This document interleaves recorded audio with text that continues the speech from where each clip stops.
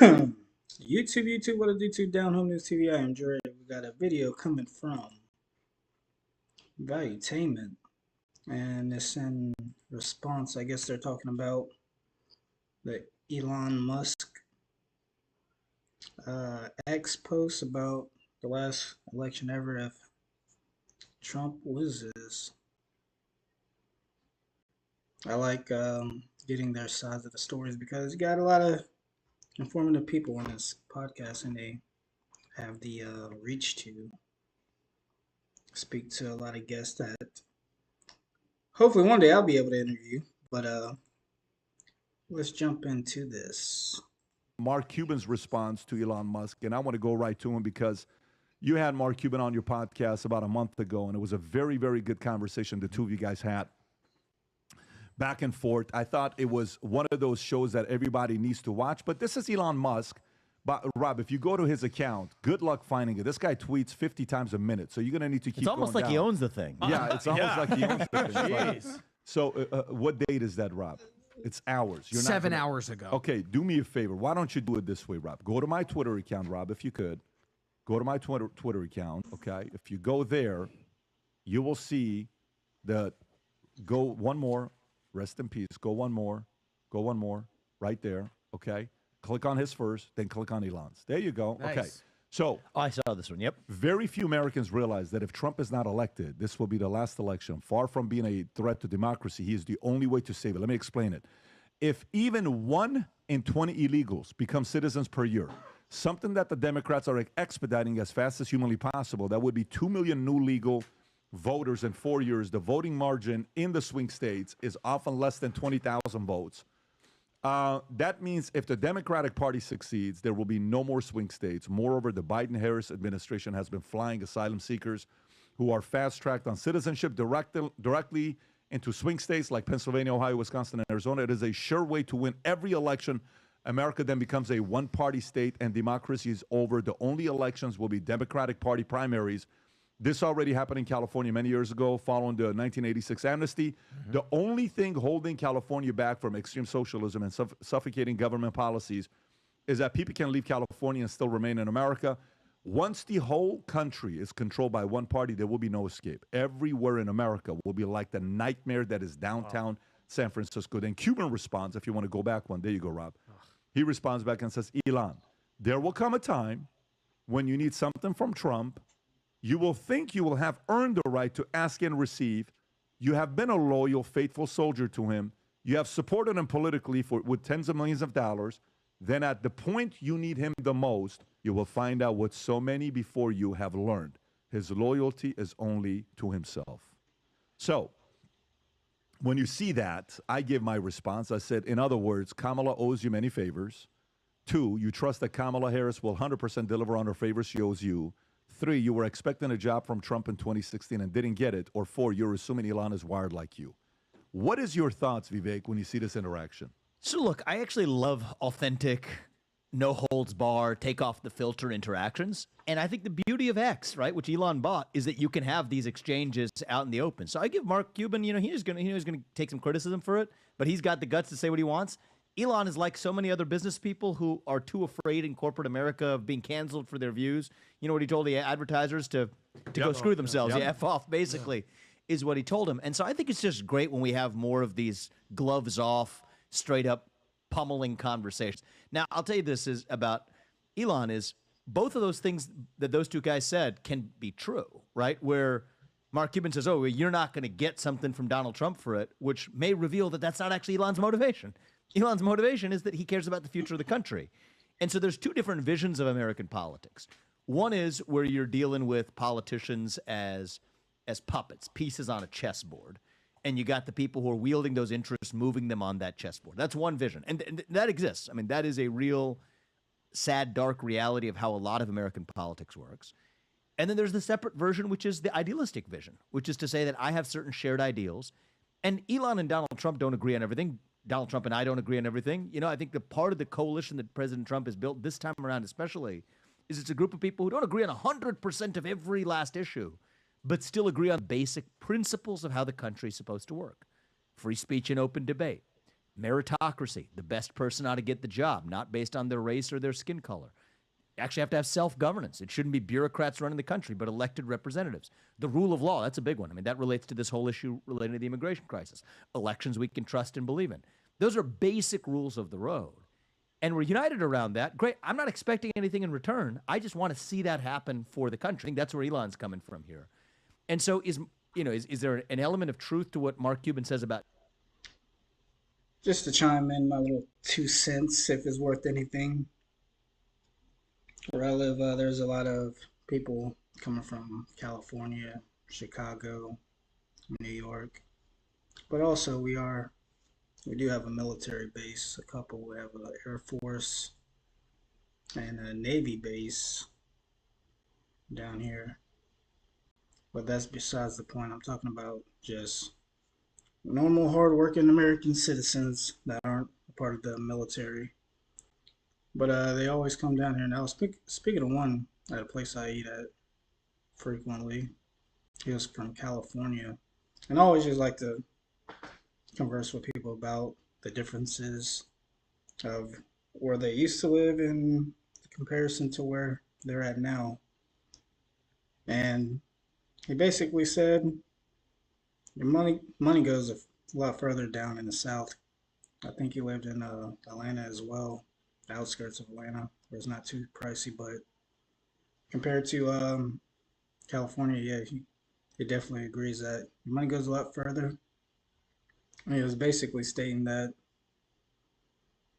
the money he's making here wasn't equivalent to what he was making in California, but he still has a lot of extra money to do what he likes with it.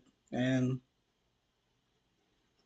I don't try to force opinions on people, but in the back of my mind, and also the crime, he was from, I think he said he was from Sacramento, somewhere like that. And like I said, I don't like to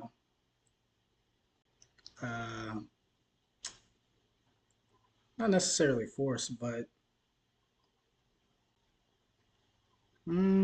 project my opinion or anything. So I just soak it all in. And I always want to ask people like that, do you realize why you're actually leaving? And it has a lot to do with the policies that are in place.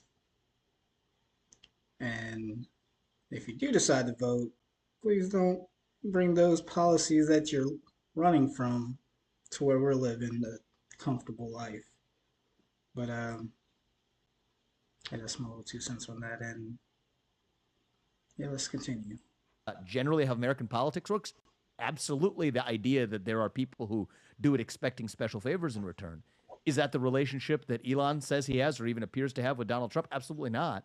It's a group of shared allies. And I consider myself in this boat as well, who I don't want anything for myself in response. I don't care about what that means for me individually. It's not what I get, but it's about what do we all give to advance the ball forward for our country. And that's my sense of where Elon's coming from as well. Tom, your thoughts? I think there's some very obvious things that Mark Cuban was projecting. I mean, Mark Cuban has entered the pharmaceutical industry with fanfare. I believe there's some nobility to what the company's trying to do, but also he needs a lot of assistance. He's made a comment about wanting to be head of the SEC, and he also went head-to-head with the SEC, and they went after him, and he had a famous quote that was, you have to... This is what your dishwasher looks like after 1 year. It's a colony of billions of mold and bacteria living deep inside your dishwasher that not only make your dishes cloudy and dirty. But while we're on a commercial break, I would like to add another 2 cents of mine when it came to the back and forth with Mr. Cuban and Mr. Musk. I think from Mark's point of view, well, just me looking from the outside in, he completely missed the whole point that Elon was making about the situation with migration and how it's going to radically change the way things move forward in this country. but I don't know if he just ignored it or he didn't have a comment to respond on that. But yeah, it just kind of stood out a little bit to me. Be very careful if a government investigator wants your skin on the wall, because they're probably going to get it. And so there's kind of something that's come full circle there.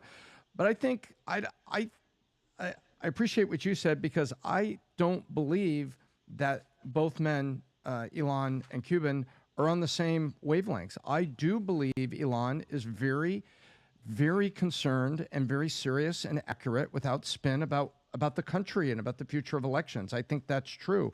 And I also think that Cuban is a little self-interested right now and seems to have kind of put on the jersey all the way. And I think there's stuff that he wants, and I think he's serious about the SEC, and I also think he's serious about the assistance he wants for his pharmaceutical company. I think that there's nothing in Cuban that cares about the country? No. I don't think he's completely over the waterfall. Adam. Well, I think it's most ironic to see who's in Trump's corner these days. We're being very political right now, so this is like very safe talk so far. So well, maybe I'll be a little controversial then. I like you calling this out, Patrick. That's can we pull up that quote again? Elon's spot on with what's going on with the border. I mean, I think that whatever's happened with the border sort of disqualifies the never was the border czar, Kamala Harris, from actually protecting the border. But the part of this, let me explain forever, that even if 20 illegals become citizens per year, something that Democratic are expediting, seemingly possible, that would be 2 million new legal voters in 4 years. There's been talk of this for a while. You know, the one thing that Cuban gets true is Trump does demand loyalty. I mean, I don't know if he, asked for your hand in loyalty or anything like that, but that is sort of something that you hear about Trump, is that there's a one-way street to loyalty. We've heard it. We've heard people talk about this. How many people have come through the Trump administration that said, I cannot support this guy? Generals, the list goes on and on and on. But if it's a binary choice, which it is at this point, I mean, Kamala has disqualified herself, in my opinion, but it doesn't mean that Trump is perfect. So yeah, let me say this word, because this comes up a lot with Donald Trump, and people use it mostly as like a negative to say that he wants loyalty. Let me frame this in a different way, which I think is closer to the mark. I think if you're an executive, right, and Patrick, we'll just bring this back to the business setting. You have a mission at a company. You want people who work at the company who are aligned with that mission. That doesn't mean that you're a bad person if you're not. Let's say your mission is, I don't know, making water bottles. Maybe you could think about a different example. Maybe your mission is you have a steakhouse, okay, and you want to serve excellent steak. You want people who are aligned with that mission, not somebody who's opposed to the existence of a steakhouse. That doesn't mean that person doesn't have the right to have that opinion. It just means they shouldn't be working at your company.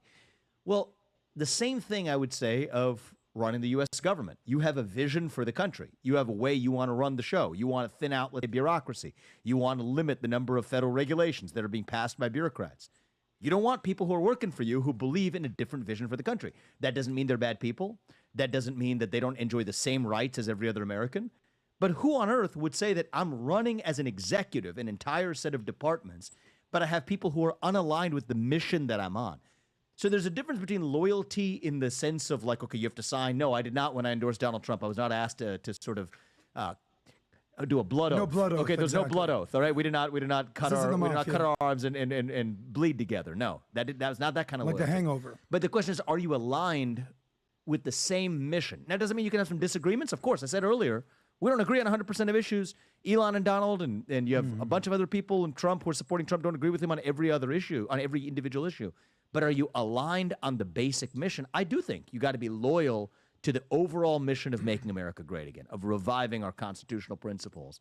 And I think that that's, again, like so many things with the media, been perverted to mean something very different, as though it's some type of personal thing. Yeah, I mean, you earned that, right? And what's the earning? Moral authority. How do you get moral authority? By delivering on your promises. If you're doing your part and you're setting the example, then the expectation for loyalty goes higher. This is in sports. Tom Brady. The other day, a clip came out, which I freaking loved. I don't know if you saw this exchange with Baker Mayfield and Tom Brady. I did not. Yes. Okay, so check this out. So Baker Mayfield, if you have that, type in Baker Mayfield and Brady. That clip is everywhere. I would like to see Baker and Brady, if there's a video that shows both of them. It's not in there. Well, I'll just tell you what he said. So Baker says, look, I mean, when, Brady was here at Tampa, it was very stressful, because, guys were all on the edge.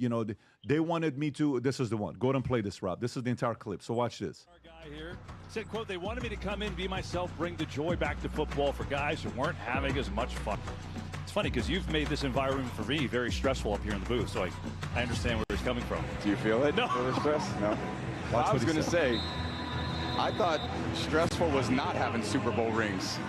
So there was a mindset of a champion that I took to work every day. Watch what he says. If I want to have fun. This wasn't daycare.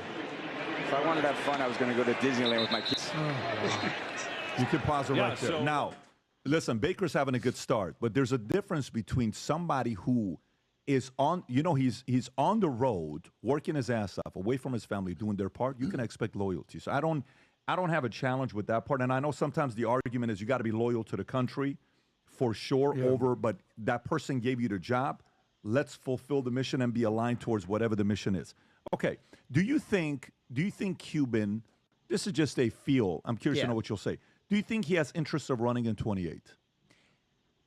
I think it would not shock me if he did. Okay. I think if you asked him right now, in his own heart, he would tell himself that, no, of course I'm not interested in that. I'm crushing it in the private sector. I can't handle, that type of public life. But I think in his heart, he's clearly got something in him that is drawing him back. He's really interested in American politics, really interested in expressing his own opinions. And to his credit, engaging with people who disagree with him. He and I had a great hour-long conversation. I didn't want to dunk on him too much there. My goal was to bring him on. You weren't trying to do that. Yeah, that was not the goal. But I think that, would I be shocked if he did in 28? No, I would not. Yeah, I think, by the way. And I think he'd have a reasonable following behind him. I think he would. Because people like a businessman. I think he would be a phenomenal candidate for the left.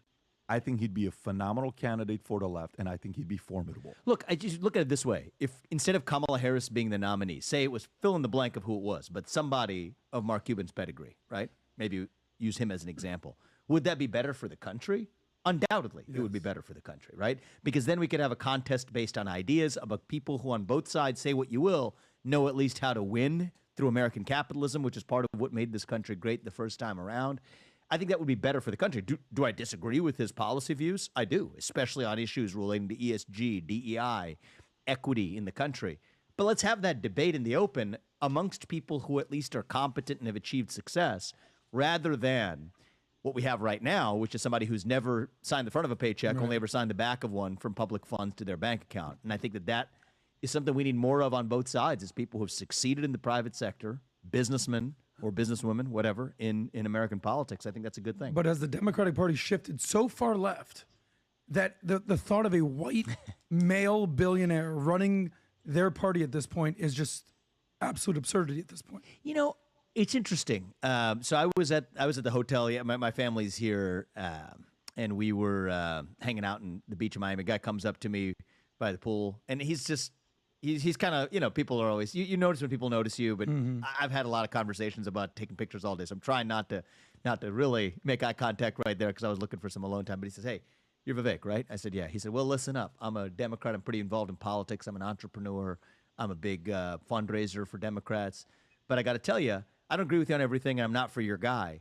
But I agree with your criticisms of the far left, and I'm about as fed up with the far left as you are. And I just want you to know that." I said, "Oh, okay, well, that's interesting to me."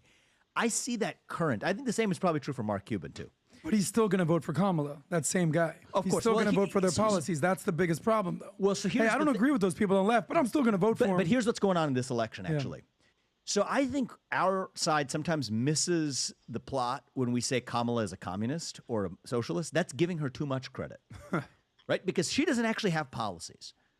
The fluidity of her policies is actually a feature, not a bug, for the people who are controlling her. So Biden had these cognitive deficits. Biden's cognitive deficits were a feature because it allowed the people who controlled him to have total wield control over his thoughts or his behaviors. With Kamala, it's the equivalent with her policy deficits. So it's not that they're voting for Kamala despite the fact that she is some sort of far-left ideologue. It's the fact that she's not ideological really at all. She's another cog in the system, just a different kind of cog. So I think their bet is that a lot of these people, even billionaire types on the left, center left that I've talked to, I'll say, okay, how is it defensible to stand for a tax on unrealized capital gains? And I think that, and you all know what that issue is 100 about, million, right? 25%. Yeah. Yeah, but the basic point is they could bring it down to other people as well, which is to say that even if you don't have the cash to pay the tax, you have to sell an asset in order to pay it. Of course, you're going to be affected by it. Yeah. And everyone's going to be affected Yeah. by it, and it would be the source of a second Great Depression, in my opinion. Their response is, don't worry, it's not going to happen. I said, well, she's put it along with Biden in their budget for the last several years. Elizabeth Warren, Bernie Sanders have all been advocating for this. And it's like, no. It's almost like an attitude like, we got this one. We got it. Which suggests to me that they don't view her as an ideologue. They view her as somebody who, it doesn't matter what she says. She said this before. She's saying, we got her to already say this other stuff now. It's going to be okay. Which suggests to me the real criticism of Kamala is the same criticism I've had of this system all along. This is a charade. The whole thing is about cogs in a wheel. We don't want to just go in and defeat one candidate. We want to go in and defeat that system. And I think that's the better criticism here than the idea that she's some kind of Marxist or socialist. I mean, Bernie Sanders is a true socialist. He calls himself one. Yeah. He calls himself part of the Socialist Party and Democratic Socialist. And at least he's an ideologue. I give him actually more credit than I give the person who's just a puppet and a cog in the wheel. But that, I think, is closer to the flame with Kamala. But you say he's a true believer. Bernie is. So I'm gonna leave it right there, people. But when Vivek brought up the DEI situation, there was a clip I saw of P. Diddy.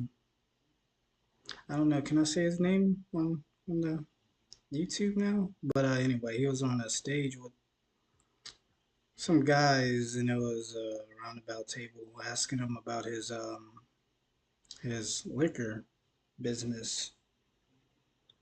But long story short, what made me think about it was the implementation of DEI on Diddy by these rich billionaires that were white, quote unquote.